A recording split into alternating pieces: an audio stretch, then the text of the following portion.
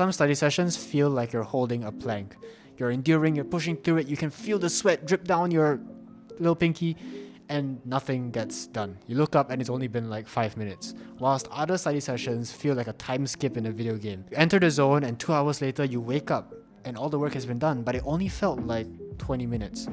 It's kind of like in Minecraft when you click on the bed and it's instantly now morning and you can hear the sound of the skeletons and zombies burning outside. That is what we want. And so in this video, I analyzed my best study sessions and I've figured out 5 similarities that make them go by way faster. So today we're going to cover that so you can make 8 hours of studying feel like 2. Number 1, getting specific. So many times I sit down and I don't really know what to do. I schedule work or study in my schedule, but it's not specific enough. And so I just end up watching a YouTube video here, and then I start flicking from subject to subject. I add on to this project here, I edit a document over here, but nothing meaningful gets done. And so here's the fix. Before I sit down, I have a very simple rule. If I don't physically write down on paper what I need to do in this session, what I want to accomplish, I cannot start working. I'm not allowed to start working.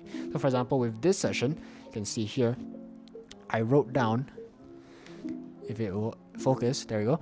I wrote down video 1, video 2, and I batched them together in just one session. So that's what I'm doing right now. So this work session has a very clear purpose. I'm going to record 2 videos and then I'm going to do my calls and everything later on in the day. So that's a different session. And so I recommend having a little notepad on your desk, and you always need to write it down. Even if you already know what you want to do, even if you know, okay, I'm going to sit down and do this paper, write it down first, even if you know, okay?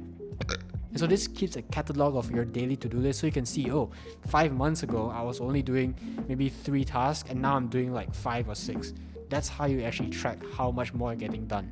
Another way to make studying go by faster is to have increasing difficulty in your to-do list. Imagine every study session like getting on a bicycle. You know how it's impossible to like start your bicycle when you're on a hill. Why? Because the momentum is not with you. You're going up a hill, right? But what you want to do is start at the top of the hill and then go down. And so when you start your study session, don't do a very hard task because you won't have momentum to go up the hill. What you want is to start at flat, or even better, start with a very easy task so you build momentum, and then when the hill comes, you can go up easier. Number 2, novelty. The reason video games are so cool is because every single level looks a little bit different. You go to different realms, you go to different places in the world. It's interesting because it keeps on spiking your brain and it never lets your brain rest. But studying is not like that. We study in basically the same environment every single day. And so that is a big problem. So here's a little tip. To activate novelty, which basically just means new environments, we want to have a rotation of study places. For example, Monday you study at home, Tuesday you go to the cafe, Wednesday you go to the library, Thursday you stay in class, Friday you come back home. And so there's different places and you have this simple rotation. Your brain never gets bored. Your brain continues to be activated, and this actually makes studying feel faster.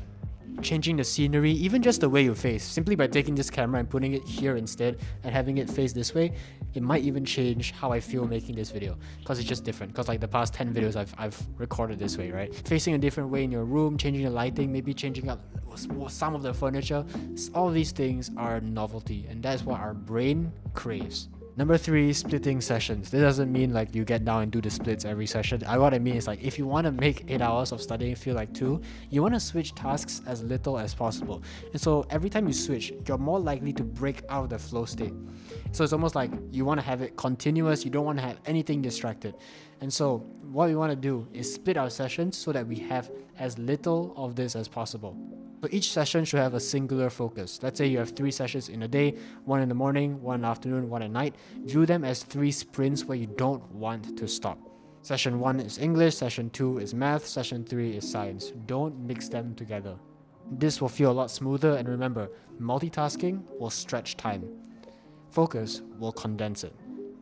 Bars. And also another benefit of having multiple sessions is that you break up the total hours of studying. So let's say you need to study 6 hours a day. That's very daunting. But if I said, okay, you need to split up to 3 sessions and it's 2 hours each, it's a lot easier now. It's a lot more manageable. And so this is actually called splitting. It's the opposite of batching. Batching is where you put all the tasks together. Splitting is where you break them up. And so I actually learned this from a little habit that I've been doing, which is like 100 push-ups a day. I used to do it all in one session where I did 100 push-ups in one go. Very difficult. But instead, I said, okay, every time in between my work sessions, in between doing like YouTube stuff, every time I go to the toilet or whatever, I just do 20 push-ups. If I just did that, I didn't even realize that I finished 100 push-ups within the day.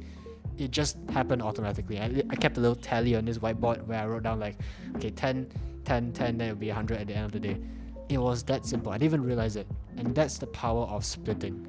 So if you want to get your work done so fast that you don't even realize it's being done, you need to use this combination of batching and splitting. Split up your sessions, but within each session, batch the same subject together so that you have one topic so that you don't switch tasks. Numero 4.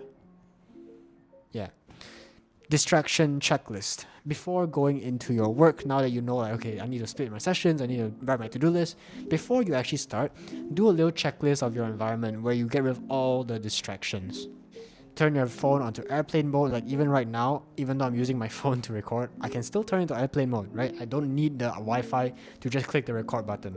Another thing is like close the curtains, text your friends and family that you won't be available for the next 1-2 hours as you do work, etc. So just make yourself a little checklist of the things that you think is important, and then go and do it every single session. Like for me, one of the things I like is to have my AirPods, boom, and either I listen to lo-fi, like music without any lyrics, because if there's lyrics, I'm gonna turn into a concert halfway through my study session, or I just listen to nothing.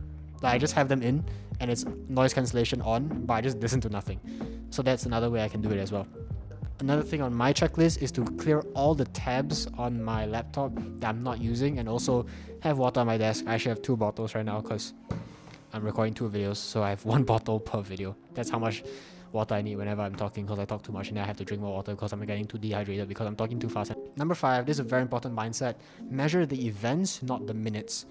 One place that I always get lost in, the place that I always just time seems to go by really fast, is games. Whether it be a physical like IRL sports game or like an in-game game, it's super engaging because we're not measuring the minutes, we're measuring the events, right? You don't really set a 1-hour timer when you sit down to game. It's not really possible. Why? Because if the timer goes on in the middle of a mission, you're not just gonna pause the mission, you're not gonna pause the game, right? We just kind of start the mission and we end the gaming session when the mission is done. And so instead of saying, oh, I need to study 8 hours today, and so you set an 8-hour timer, the person that does that, what's he gonna do? He's gonna keep looking at the timer because that's his goal. But if you instead set a goal to just finish this list of work, you don't look at the time, you just focus on the list of work and you go task by task. What you'll realize is that you actually end up studying maybe longer, but you get more done. So you get best of both worlds. You get to say that you work a lot, and also you get the shit done. Instead of prioritizing a certain amount of time per day, prioritize a certain amount of tasks done per day, and then the time is kind of just a byproduct. Have this video game mindset where you just want to win as many games and grind it out as much as possible. It's not really like the time in the game, it's just finishing and getting mastery at the game. And then when you look back, what happens is that your gaming time is a lot, right? Why? Because you're not focused on the actual time. If you're focused on the time goes by slower, but if you focus on the task, the time just whizzes by. And then the more you study, over time, you just get faster and faster because you're getting better and better. The same way in a video game. You don't track how much time you actually spend gaming, but the more you game, the more you level up. And you get better and faster at the game. And so that's how you truly get better and also make the time feel less. You don't focus on the time. You focus on the task. So yeah, here's the quick recap. Number 1, know what you're actually doing. Have a physical to-do list. Number 2, novelty. Make sure your environment is kind of new every single day. Create a rotation of different environments. Number 3, splitting your sessions whilst batching within the actual session. Number 4, a distraction checklist before you work. And number 5, measure by events, not by minutes. That's pretty much it. If you like this video, you like my advice, go check out the first link below. That's Ruff Academy, where you get more access to me. You get to hop on calls with me. It's like a community where I help students try to get better in their grades, and we've gotten people insane results. So yeah, that's the first link. Go check it out. There's more information once you click that link below. That's pretty much it. See you in the next video. Oh, I just tapped the bottle. It's just bottle now. Just focus on the bottle. Wow. Take action.